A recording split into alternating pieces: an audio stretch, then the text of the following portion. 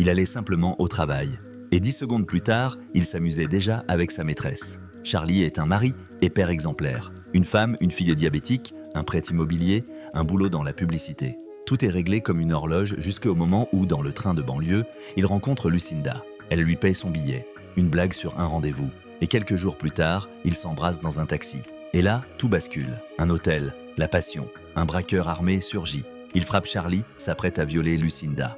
L'homme perd connaissance et en se réveillant, il croise le regard vide de sa maîtresse. Impossible d'aller à la police, sinon tout serait révélé. Ils se séparent, mais l'enfer refait surface. Un appel, c'est Larouche, le braqueur. Maintenant, il réclame de l'argent. D'abord 20 000, puis 100 000.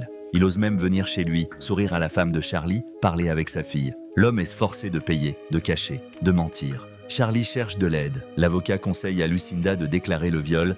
Elle refuse. Alors il va voir Winston, un ancien taulard. Celui-ci promet de faire peur à Larouche pour 10 000. La rencontre tourne au cauchemar. Larouche tue Winston et s'en va avec l'argent. Charlie reste seul avec un cadavre. L'affaire passe entre les mains du détective Frank. Les soupçons grandissent. Charlie est déjà au bord du gouffre quand Larouche kidnappe Lucinda. Pour elle, il donne toutes ses économies, même celles destinées au traitement de sa fille. Mais le pire reste encore à venir. La vérité éclate. Lucinda est une escroc. Elle travaillait en duo avec Larouche, piégeant les hommes mariés pour leur soutirer de l'argent. Toute la romance, toute l'horreur, une mise en scène. Charlie a failli tout perdre à cause d'un mensonge. La faim, du sang et des balles. À l'hôtel, Charlie affronte les escrocs.